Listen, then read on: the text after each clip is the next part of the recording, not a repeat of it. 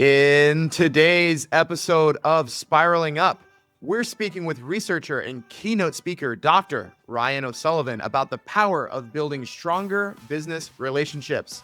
And then, is the hype around GEO versus SEO nothing more than just hype? Our team's going to discuss. Welcome, everyone. This is Spiraling Up with Hinge.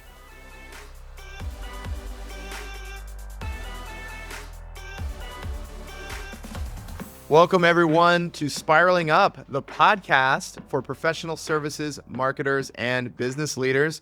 My name is Austin McNair, and as always, I am joined by my colleagues and co-hosts, Mary-Blanche Kramer. Greetings and salutations, Austin. Greetings and salutations. And Joe Pope. What's up, Joe? I officially rose the desk today so I could really hit the dancing intro piece that's in our show notes. Absolutely. Yeah. The energy is great today. We've got a great guest who we're going to be speaking with, Dr. Ryan O'Sullivan. I want to say hey to everybody who is joining us again for another episode of Spiraling Up. As always, we want to thank you for listening to the podcast. This is a new podcast. We're just getting started. Please make sure you like the video, subscribe to our YouTube channel, and if you are listening on an audio platform, go and leave us a review. Guys, I actually have some sad news. Right now, at the moment, we only have one review, and I think it's on Apple. We have 0 on Spotify. We only have 1 on Apple. So if you're listening, please leave us a review. If you've liked the podcast, if you've enjoyed any of our episodes, leave us a review. Tell us what you like. Tell us what your favorite episode was. Tell us which one of us you like more. Is it Mary-Blanche? Is it Joe? Is it me? Let us know. Just leave us a review. It's going to help the podcast a lot as we continue to grow and invite on new guests. What's happening, guys? I have a solution to our review problem. Oh, yeah. We just need Taylor Swift to join the podcast. She's doing podcasts now. It's going to be an easy solution. She joins the podcast, millions of views. Joe, tell us what's going on with that. Like, I'm excited because football season is here, but it seems like you've been more excited this week because of a new Taylor Swift album announcement. That's correct. She announced it on her boyfriend and his brother's podcast, Travis and Jason Kelce. New Taylor Swift album, The Life of a Showgirl. Did I botch that? I think it is. It's The Life of a Showgirl, right? Yeah. And what do we think about that as a marketing play? I mean, she's got a huge audience. She's released tons of albums. Joe, where do you rate this on a scale of, 1 to 10 in terms of her album releases? I think it's a perfect point to make in the idea of relationship growth. So the action of Taylor and Travis Kelce's relationship, they've been using it to raise the profile of everyone around them. I know we're going to talk with Dr. Ryan O'Sullivan today, and he talks all about relationships. So it's a nice tie-in. I mean, now we've got Jason Kelce's wife has a podcast. The mom is all over commercials.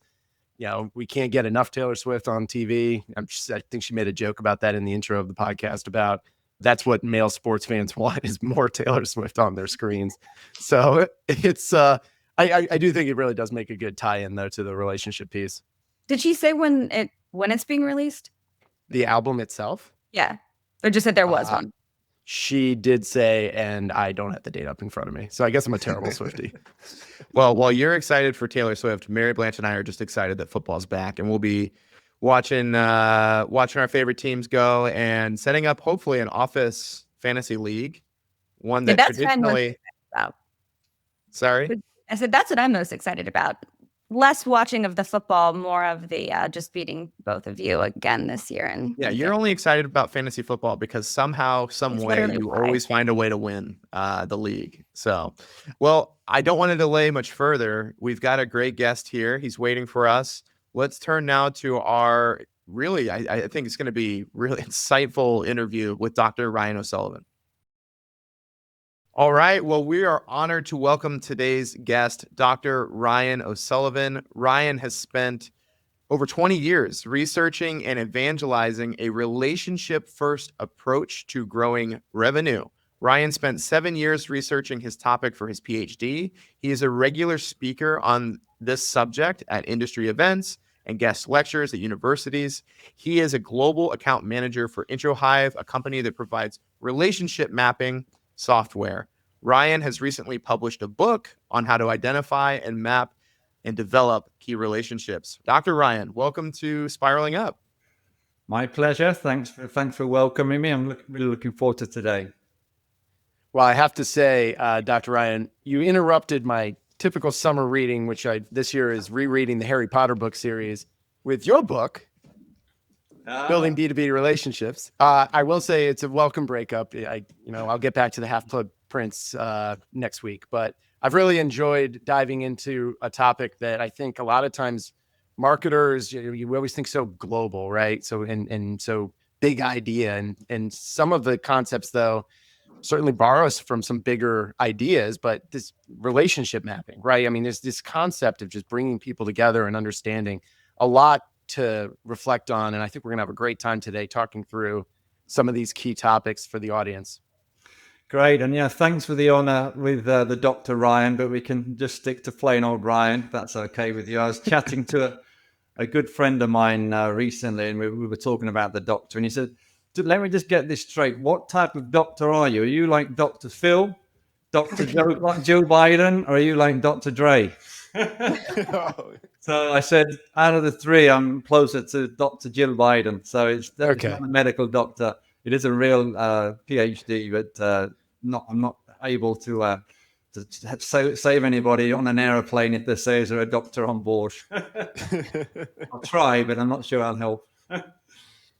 Okay, well then, Ryan, at Hinge, we're big believers in using research to guide our thought leadership content. So could you tell the audience a little bit more about the research that you've done to guide your thinking? So having spent a career in sales, it's very common for salespeople or client-facing people in general to have very rose-tinted glasses about the quality of the relationships that they have. So I was no different to that, I guess, as going through that process of learning and understanding how relationships are formed. And when I was at Infosys, that's a big, large IT services firm. So spent 8.5 years there. That's where I really honed this passion, I guess, and curiosity around relationships. So I was managing different parts of the business over there, but really just trying to double click into what is a high quality relationship and what are the different factors that contribute to that. And that was the genesis of my doctorate research. And that just set me off on the career trajectory I'm on today. I suppose that knowledge helped me as part of my general role in a client-facing role. But it led me to Introhive, which is a software that helps to map and measure the quality of relationships. So yeah. I'm there at the moment, and in the meantime, I've written the book, which we already discussed. So just a real passion and desire to understand what relationships are at their heart. And my wife always raises an eyebrow when I'm described as a relationship expert, but I always have to say that it's business relationships, and then she understands. Well, Ryan, we're really excited to dive into today's segment. We're going to play a little game of buy or sell today in our call. These relationships that you talk about, the ones that are central in your book, like you said, business relationships, and a lot of them are about that moment of when we, as people who are trying to develop business, trying to grow our businesses, we're always thinking about these relationships and really thinking in terms of like, how do I maximize them? How do I keep developing and growing them? And you lay out beautifully in the book kind of the role that relationships play in business development and why they're so essential. But a lot of people have other kinds of perspectives, and a lot of marketing people, especially on my side of the table, we like to bring other things to the table and say, no, relationships are great, but like, let's, build the brand, let's build the marketing and stuff like that. So today we wanted to present you with 3 scenarios, kind of 3 levels of different moments of the relationship or different kinds of relationships, and just ask a few statements. Would you buy this or would you sell them? And basically, do you agree with it or do you not agree with it? How's that sound? Sounds great. And I think, I've done so many of these podcasts now over the years, and this is a really fresh, inventive way of doing things. And obviously part of my preparation, I was looking at your previous guests and the previous podcast, and you always come up with a different way to engage the guests. So, kudos for that. We appreciate it. So Ryan, our first scenario is about the first contact and first impressions. I think this was foundational and kind of gets to the heart of the work and what you wrote about in your book. Like I mentioned, in especially in the marketing world, we live in like this world of automated emails, LinkedIn messages, and there's always a pressure that I think marketers have and salespeople to go out and hunt for new business. But your research, the core premise was, that there's a lot more. There's a more powerful or smarter way to play this game. So we've got some buy or sell questions here, and it's really challenging that conventional spray and pray wisdom with a relationship first strategy, which you talk about. So Ryan, first one on the list here, buy or sell. In today's market, a perfectly crafted cold email is still more effective than maybe leveraging a tenuous existing relationship. I'd say sell. I think even more so now than ever, you've got, like we just discussed, the automated messages, whether you individually, personally crafted, or whether it's done with support from AI. Everybody is being hit with cold outreach. And I think people just aren't getting to even read it nowadays. You might have a catchy subtitle, but then people have now got wise to the ones that trick you into opening the messages as well. So tenuous, depends how tenuous. I guess the point would be, are they engaging with you? And what's the context? I think there's a lot of this, and there's a context question to a lot of these things, but I would always try to leverage a relationship first. And whether that individual is willing to introduce you, like as a warm introduction, is one thing, because that might not necessarily feel comfortable doing that, but at least they will give you some what I call intelligence. So they're going to help you understand a bit about the organization, help you understand a bit about the individual who you may be trying to reach out to, maybe be able to introduce you to some other people that might be better placed to do that introduction. So I think for all of those reasons, that would be the pathway I would take. And I think, to me, when the request comes on the other side, if you think about the other side of the equation here, if it's coming from someone who they recognize versus an email coming in cold, that's always going to have the difference as well. So you imagine if someone is, even on LinkedIn, if somebody reaches out to me or I recognize the name, I'm always going to read the message. So yeah, you've got a much higher probability that they are going to read what is shared. So I think there's a lot more choreographing you need to do around that process of who is the person who you've identified. It's a tenuous relationship with you, or is it a tenuous relationship with the person you want an introduction to, or both? So figure that dynamic out, figure out what they can provide as intelligence, and then craft something which is useful. If you've got a strong relationship with them, the person you're asking for help, but they have a tenuous relationship with the person you're trying to contact, that's a slightly different strategy in the messaging as well. So it might be a bit more of a pitch, because you might not have much more time than that, but you can still craft it in a clever way.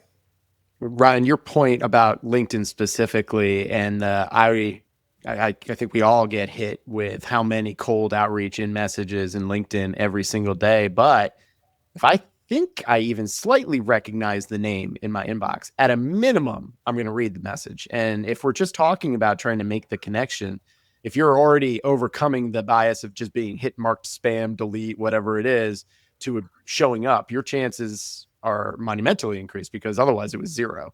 They're just going to delete it. You're never going to see it.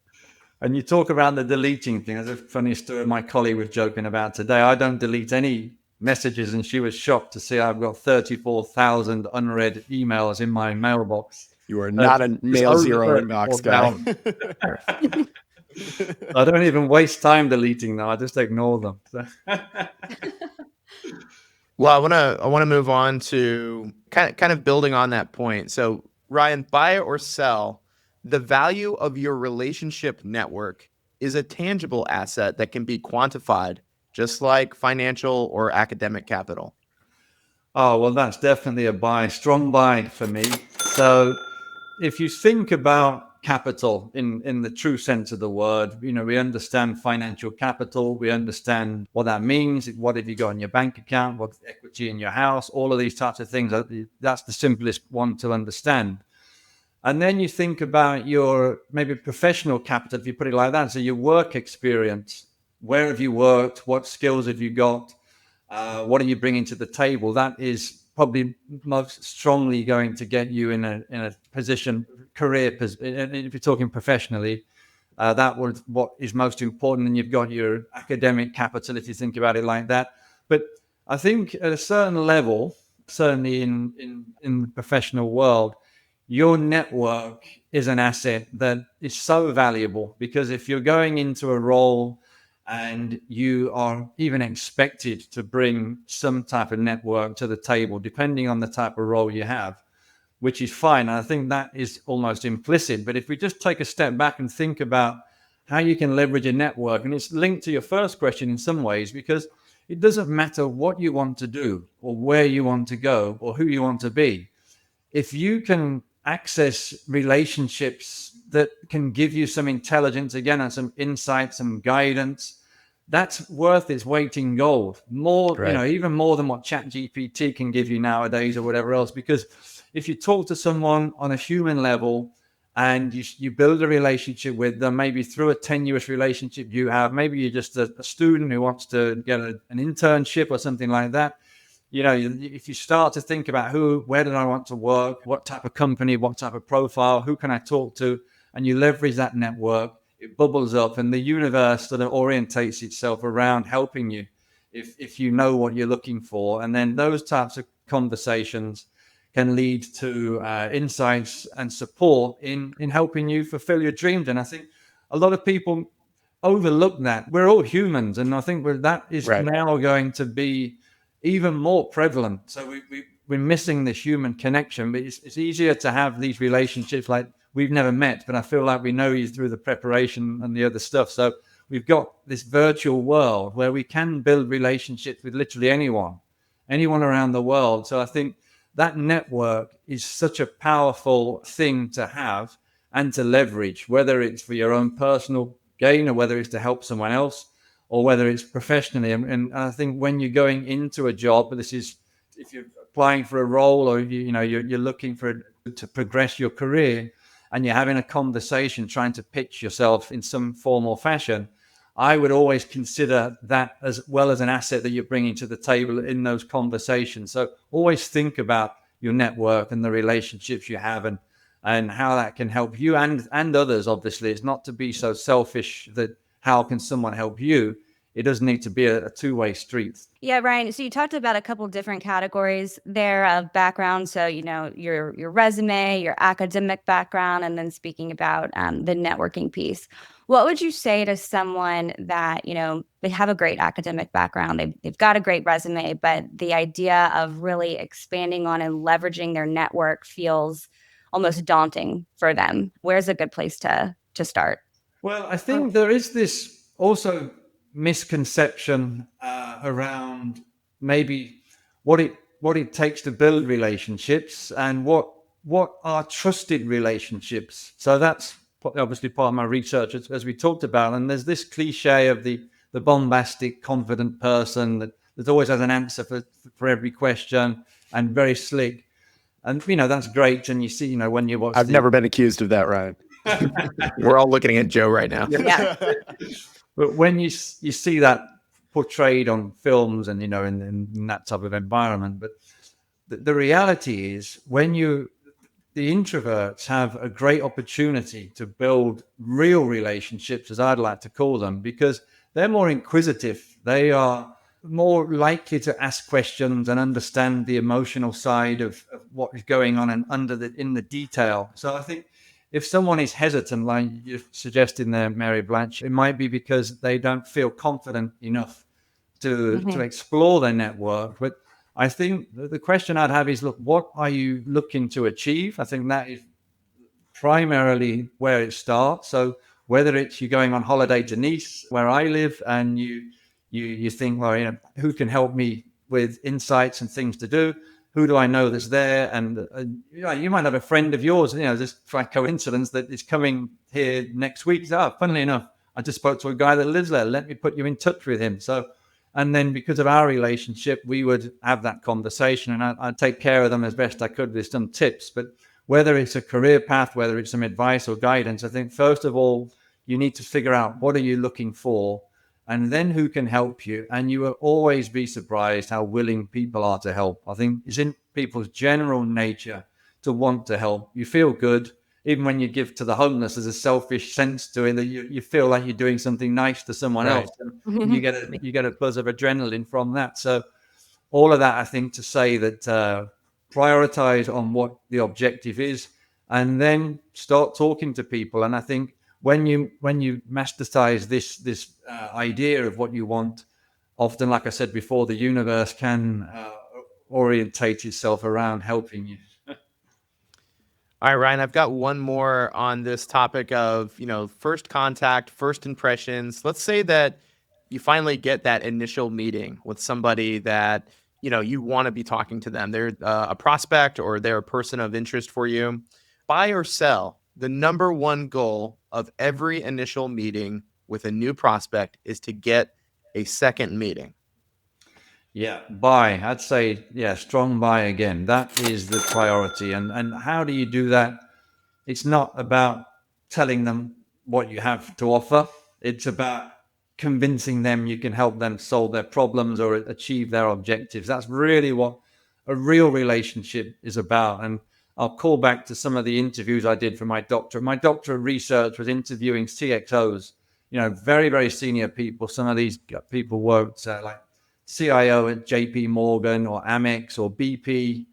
Some of these people were literally had billions of dollars in spend per year, others hundreds of millions. So they know what it's like to meet someone when someone's meeting them for the first time. And when I asked them to describe the best person they'd ever worked with from the supplier or vendor side and what made them so special, and we just talked about that. And that was my data set for my doctorate research. And I looked for patterns there. And what we found is that almost across the board, they never really understood or acknowledged that this person was trying to sell them anything.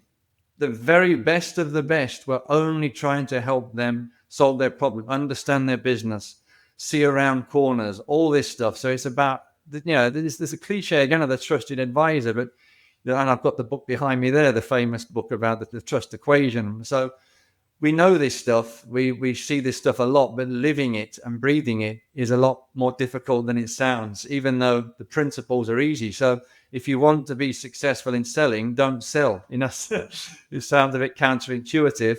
You have to serve, you have to understand, you have to put the effort in. Before you even walk in the door for that meeting, you need to have had 5 meetings with people that know that person, understand their priorities. So when you walk in, it's not a question of what's keeping you awake at night. And as one of those guys I interviewed said, if somebody comes in and asks me that question, I throw them out of my office because they should already know what keeps me awake at night, and they should be coming in to talk about that and what challenges and opportunities they're seeing to solve those problems. So, I think that's probably the easiest way to do it. I love that. All right, Joe, we've got a different scenario here, kind of taking a turn in a different direction. What do you got? Yeah. A direction that is near and dear to the professional services marketer and business developer at heart. The RFP, our dear old friend with occasional benefits. For many companies, it's the call to arms. It's the reason to burn the midnight oil. It put together a massive hulking document that drives us all insane. But Ryan, you've got a more provocative take on the RFP. It has come across in the content we've read, your book, and also some other materials.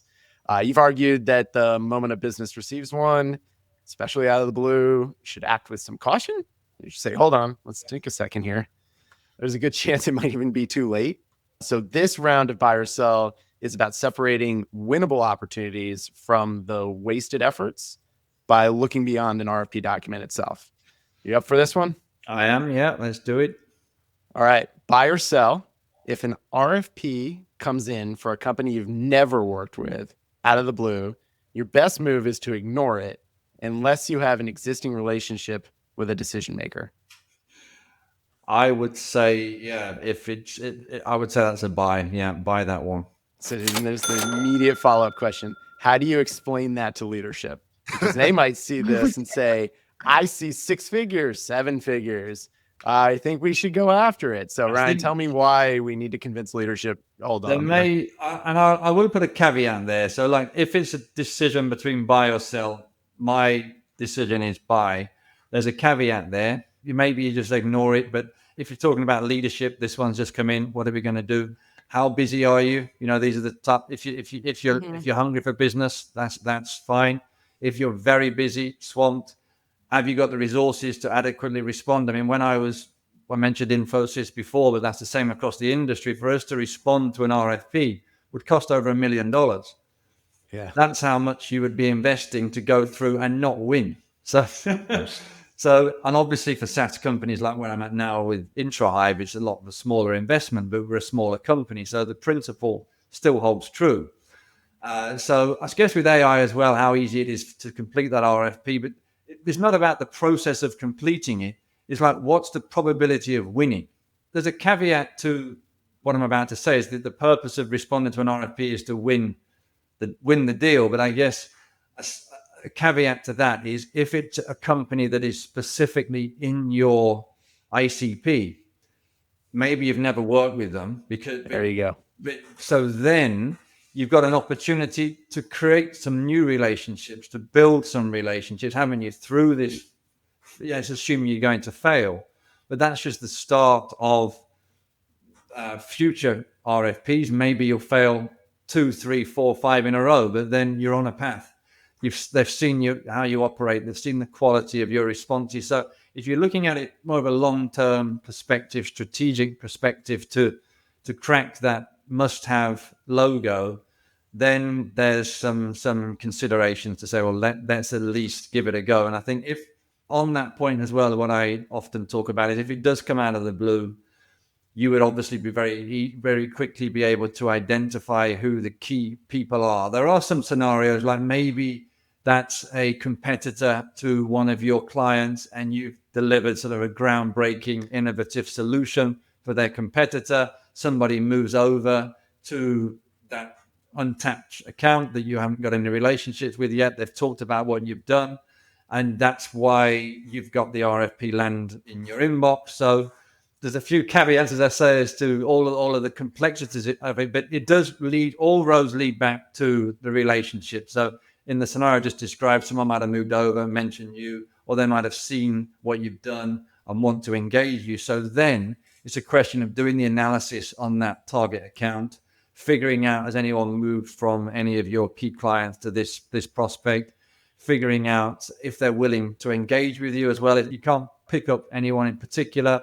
You know who the decision makers are likely to be, so engage with them. Do they show some love, willing to engage? If they completely ignore you, then I think that would be the due diligence management would look for to then say, right, fair enough, maybe we pass on this one. I'm already thinking, Ryan, of the top 10 checklist when you receive an RFP blog that you and I can co-write coming out of this, because everything you're saying really resonates with me as the reviewer in chief of any RFPs that we receive. There's always the due diligence piece that needs to happen. So maybe it's not just ignore the RFP, but you need to think to yourself, okay, does this check the right boxes? Correct. Yeah, I'm up for that. I love what Ryan is saying too about just like the relationship building aspect that can be kind of part of the opportunity of responding to an RFP. Joe, I'm thinking of a story of an RFP that we responded to that we lost. And it was actually with a person or a group that we had built a pretty decent relationship with them ahead of time. We had actually even helped them build the RFP. Oh, yeah. and we thought that was kind of, if we're helping build the RFP, that's kind of like a lock that we're going to be making the final cut at least. But we didn't win it. But what happened on the back end of that is that team of people have still remained closer relationships with us. And we've started to get, 3, 4, 5 years down the road, opportunities and referrals from this group. Even though they didn't select us, the value we provided during that process that they went through, they still think very highly of Joe and our team. And I just think that there's a lot to what you're saying, Ryan, about even an RFP, which can feel a little bit more like cold and dry and formal. There's still that relationship building opportunity behind that. Yeah, I think again, in the old days, I say old as in pre-COVID, you would get a lot more opportunity to meet, ideally, unless it's a government type of RFP where they lock a lot of that down, but you would get those chances to have some initial conversation. I think since the shift to more of an online is a bit more difficult, I think, at least initially in those first rounds, if you say with an RFP or an RFI. So they would be looking more at this data in the document. But again, if they want you to take this seriously, they will engage with you outside of that process. That is a litmus test for me. If they're giving you a bit of time, doesn't need to be all the secrets to win under the table. So, but at least they need to show some indication that, look, we're engaging with you a bit. We're showing you that we like you. We want you to take this seriously. Yeah, that is on that checklist I was referencing for our future blog. It is, will they exchange at minimum a Q&A process, but really a lot of times, will they hop on a Zoom? Will they look at us in the face and talk to us and say, this is what this is how we found you, things along those lines. If there's none of that, it's an instant no thank you from my perspective. Another aspect to this is like back to the intelligence gathering component I mentioned, which is prevalent in all of these scenarios, is look, who do you know that works there? Mm-hmm. Not the decision makers, but what's the vibe? What's the competitor landscape? Even who used to work there, who is a contact. So then they might be more willing to share even more details than they would if they're actually an employee there. So that helps with a bit of a dynamic understanding of the landscape in the organization as well. Okay, I love it. I've got another one here coming up that I think is another interesting one, especially if we think, okay, well, this might make it easier for us to respond. But buy or sell, a strong track record of success and a high quality solution that matches the requirements are enough to win an RFP, even if there are no internal supporters. I would say sell on that one. I don't think you can win a deal because whatever's on paper, on PowerPoint slides, they need to look people in the eye. It depends what type of solution you're dealing with. I mean, look, I'm talking B2B, high value, very absolutely mission critical type of solutions. And we all go to Amazon or wherever and buy some stuff online without all the time. Yeah. But if you're talking about something where there is an element of critical impact on their business, put it that way, in a sort of a broad umbrella term, it needs to work well for them to function as an organization, then there has to be trust. There has to be looking someone in the eye and saying, right, I can trust this person. Because it is a people business in the end. And no matter, even in the SaaS world, there's a SaaS solution that you're delivering. But I know on the professional services side, it's always person at the end of that dollar or a pound or euro of revenue. There's a relationship on both sides. So I think it's very unlikely that someone would be willing to go to that level of awarding business without having any relationships, I'd have thought. Hinge's research would agree with you. And we actually have an ongoing initiative called Inside the Buyer's Brain, where we ask these types of questions. And the number one scale tipper, if you will, a deciding factor, if you will, was existing relationships. So above things like relevant experience, talented staff, knowledge of the industry. Mm-hmm. That's right. I'll tell you a funny story not a funny story, but it's an anecdote from my book. I was talking, one of my clients is one of the global head of sales enablement at one of the big four. And, we were just chatting. He did an endorsement for the book as well, actually. But through that conversation, he was saying, we've done all the analysis of our deals. And you're talking about billion-dollar deals down to tens of millions or what have you. So we've done the analysis. We know why we win. It's always because of our relationship. Mm-hmm. And then he said, and we've done the analysis as well. We know why we lose. It's not because of price or solution. It's because of the relationship. And wow. I just thought that was so profound. And it's really the bullseye. All right. Well, I'm going to transition us straight into our next scenario here. Mary-Blanche, do you want to introduce this one because it's right on par with what Ryan is talking about? Yeah, it's a good segue. So this last scenario is going to be around building trust. So as we know, every firm wants to be a trusted partner. It is the ultimate goal. But what does that really mean? Is it just a buzzword or is it a tangible competitive advantage?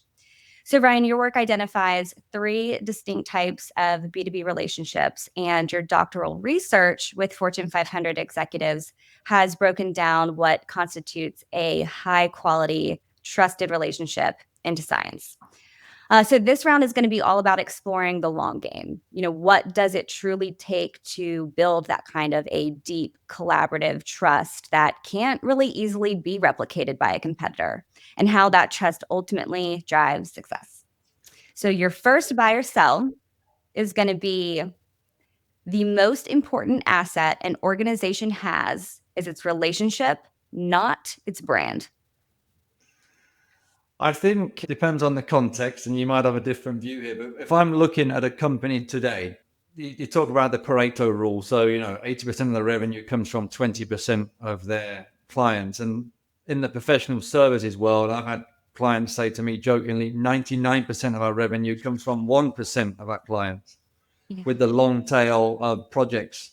So if you think about the value of the company, it's based on the revenue. And to me, the revenue is linked to those relationships. At the end of those services that you're delivering is a person. So I think it's about the relationships that you have that hold those accounts together. Obviously, the broader story there is that people leave. There's a big attrition across all industries. So it can't be reliant on specific individuals. So I guess the way that organization brings people in and helps them to manage people, that would be part of the enablement, onboarding, the mindset of the people they hire. So you'd assume that there's some type of filtering process that goes on to hire the right type of people. And that could maybe bubble up to the brand in some sort of abstract way, I guess, talking as a salesperson. But my immediate reaction to that would be the relationship is the important aspect when it comes to the value. I can't remember if that was it. Is that a buy or a sell on the question? So You were buying relationships Yeah, as I was being more buying important relationships. Good. than brands. And I think the last piece that you said, Ryan, really resonates with, at least from Hinge's perspective. In professional services, we define brand strength, if you will, as the intersection of your reputation and visibility. If your reputation is as a group that develops relationships, cultivates them over time, delivers excellent service, and grows from within, then I could see a brand built on relationship building as one that is a strong one. Yeah, and I'd maybe have a crossover there with culture, company culture. So you've got that is how they organize themselves, and that becomes part of the brand, I guess. And I'm no expert, you're more the experts on the brand side, but yeah, I think they do bleed together there. But it's what culture do you have as an organization? Sure. And then you hire the right type of people that deliver that. And I think you mentioned at the beginning, Joe, about what do you say to the management about revenue. And I think there is a question to Mary-Blanche's point at the beginning, is around at the beginning of your segment around long term, because as we may all appreciate, the relationships that I have today, I built over my career, and I'll carry them to wherever I go in my career, back to the relationship capital point in your network. So you as an individual are thinking, like, this is me, this is my relationship. And obviously in the professional services world, you get people moving around and maybe taking their black book, the virtual black book nowadays. So there's an element of thinking long-term for you personally, but there's the short-term thinking at an organizational level, quarter to quarter.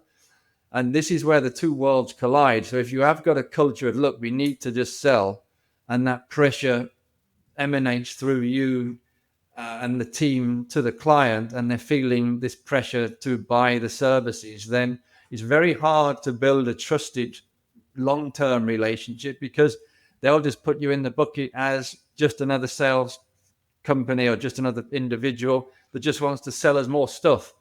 So there's a paradox there, which I think I don't have the answer to, I'm afraid, but there's something that is an issue, I think, that all companies will face. Okay, well, I think that's a good segue into our next buy or sell. So, moving from a transactional relationship to a trusted, integrated one is the single most important objective for a B2B organization. Yeah, that's a tough one.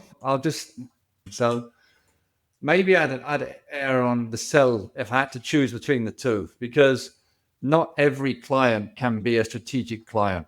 And if you're being so definitive, like that's the only way to go. I think in the B2B world, in this professional services world, if you were speaking broadly and you're targeting your ICP properly, you would consider that most of those would be candidates for the type of strategic integrated relationship you're looking for. So in that scenario, maybe that is the ultimate journey you want to take them on. But not all companies fit into that bracket so broadly, and not all suppliers would want to target their entire ICP in that way. And then on the client side, they might not see you like that. They might not want to engage with you because there's an effort from their side as well to move to a more strategic relationship. So it depends on what you're offering. You might have some great vision of how you want a strategic relationship with this fantastic company, but they're thinking, right, we only want to buy these widgets from you at A, B, and C. So, that's the relationship level that you're at, unfortunately. Even they might even be your biggest client, but you're just a tiny spoke in the wheel for them. So you've got a lot of things to consider. So long way to say sell if it's a definitive choice. Well, that's part of the fun of the question. Yeah. I hear what you're saying about qualifying it based off of, who your clients are and what industry you're a part of. Earlier, you mentioned the big four. This is something that we see a lot happening right now in the accounting and CPA industry. Is a lot of firms are sort of doing a repositioning right now, not just in terms of providing CPA services, but also providing advisory. We've had a number of clients even that have rebranded to include advisors or advisory in their name or in the handle of their website. Do you think that aligns with kind of, what you speak about often in the book is sort of trying that desire to move from that transactional relationship to a more integrated one? So in some industries, essentially, it's imperative, I guess. Yeah, I think it is that survive or die type of scenario. So there's a great lady I reference in my book, and she actually did the introduction to chapter 9, Heidi Gardner. So she's a Harvard professor. She spent her career analyzing this specific subject, actually, around how do you enable clients to transition them into these high growth accounts. And it's about the number of service lines that that they're buying from you, should we put it that way. So I think you've got to understand what offerings you have, and the broader, that seems to be the strategy, this one firm approach. So it doesn't necessarily need to be like a PwC or Deloitte, KPMG, everything for everyone, but you may have auxiliary services in your own area of specialty, and then you're trying to build out that specific niche, if you will. So yeah, I think you do need to think about what other types of services go with your type of skill set for the type of clients you're working on. So definitely, yeah, that's an important point. And we all need to grow, don't we? So how are you going to grow? It's either sell more stuff to the same or more clients, or sell different stuff to the same clients. So, but it's not easy. I think you've got to be. It's got, to me, especially if you're in a smaller firm, you've got to have some uniqueness to what you're proposing. And there's so many examples of firms just getting big and then buying some other types of businesses that are not really related to them, and it's failing drastically because your focus changes and the energy goes on to these other, to maybe shiny new things, and you lose sight of what you're actually good at. So yeah, I think it's for brighter minds than me to determine like individual company strategies, but I think it's certainly something that all companies are considering. I think that's well said. So Ryan, we have one last buy or sell for you, and I personally love this one. So buy or sell, trust is built in drops and lost in buckets. Yeah, that's definitely a strong buy for me. I mean, we've touched on this a few times, but there's a phase that I talk about in my book and the doctorate is from not knowing someone to them trusting you.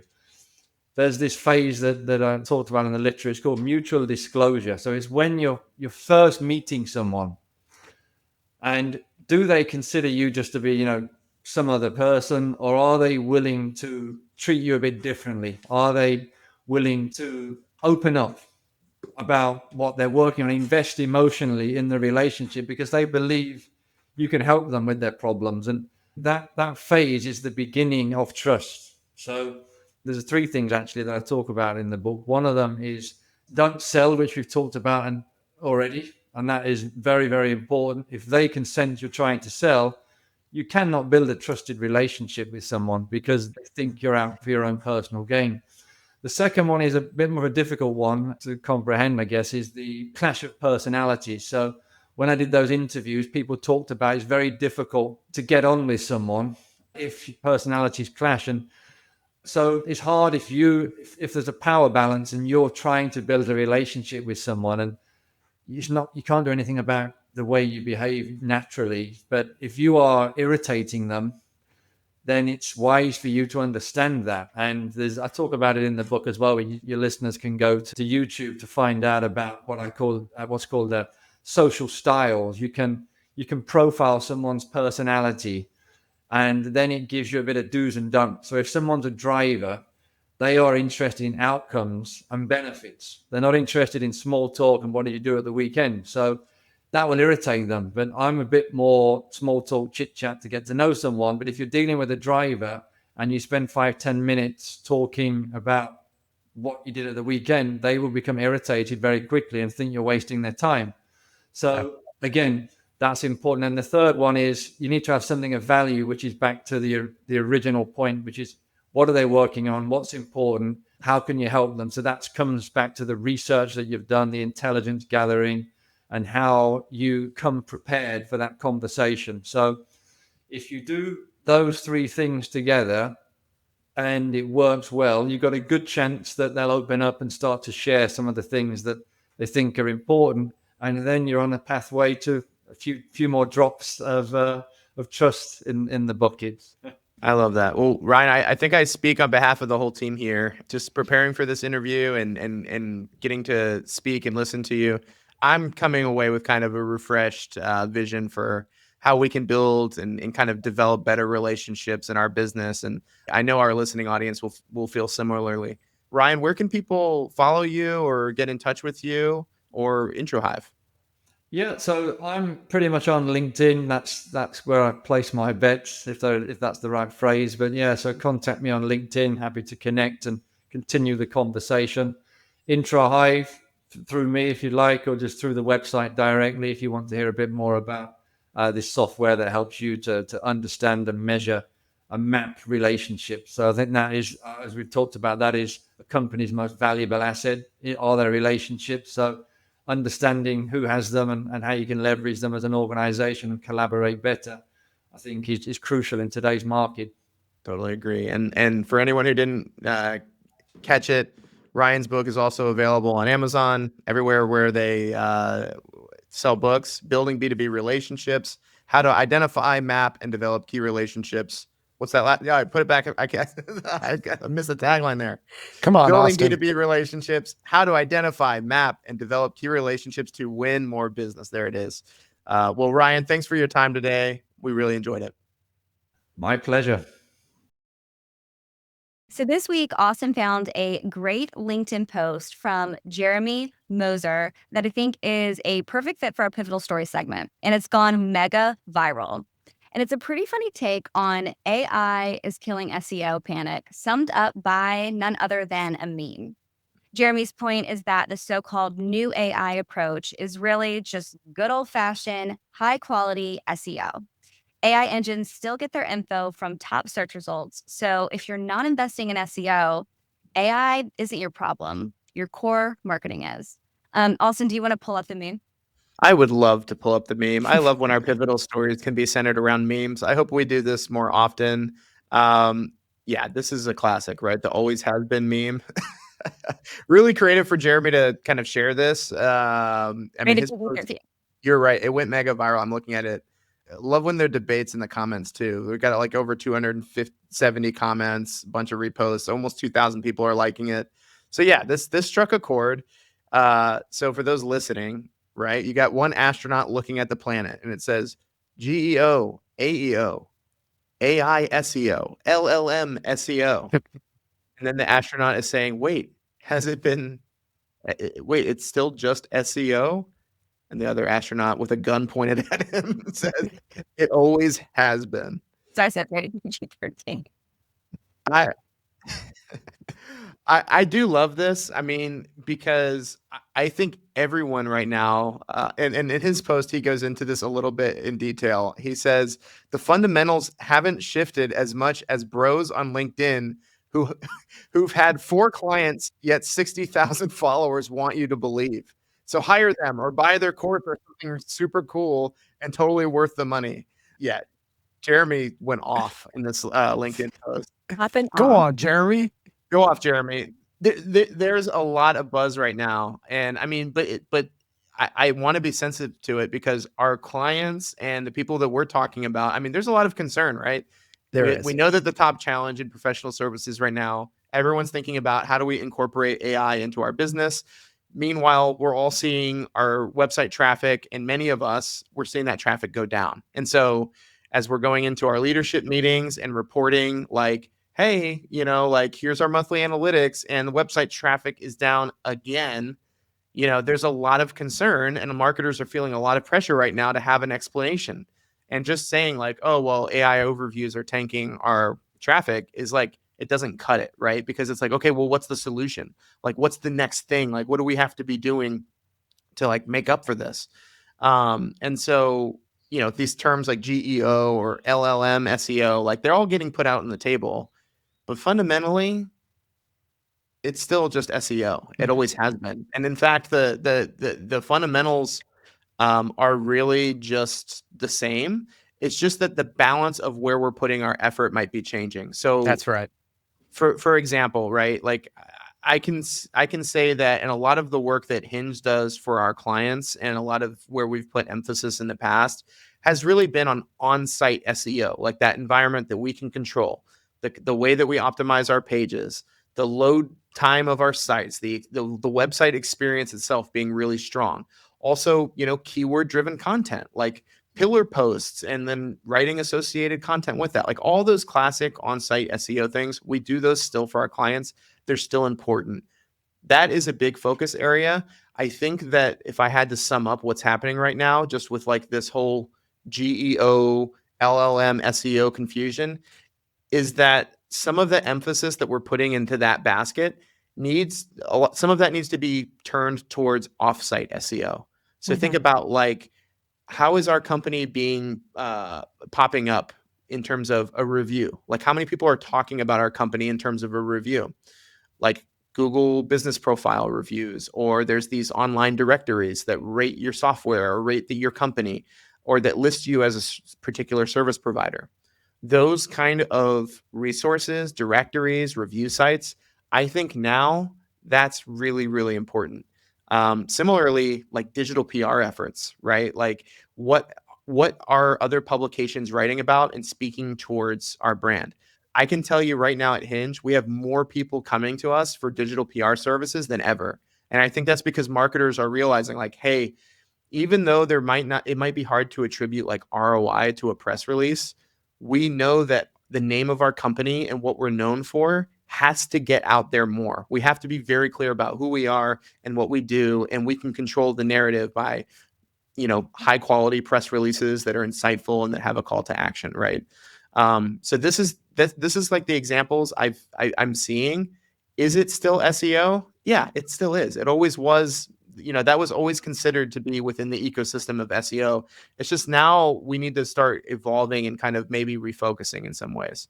Yeah, I think it can be summed up as the mythical Google got an upgrade. right? The computer went from 1.0 to 2.0.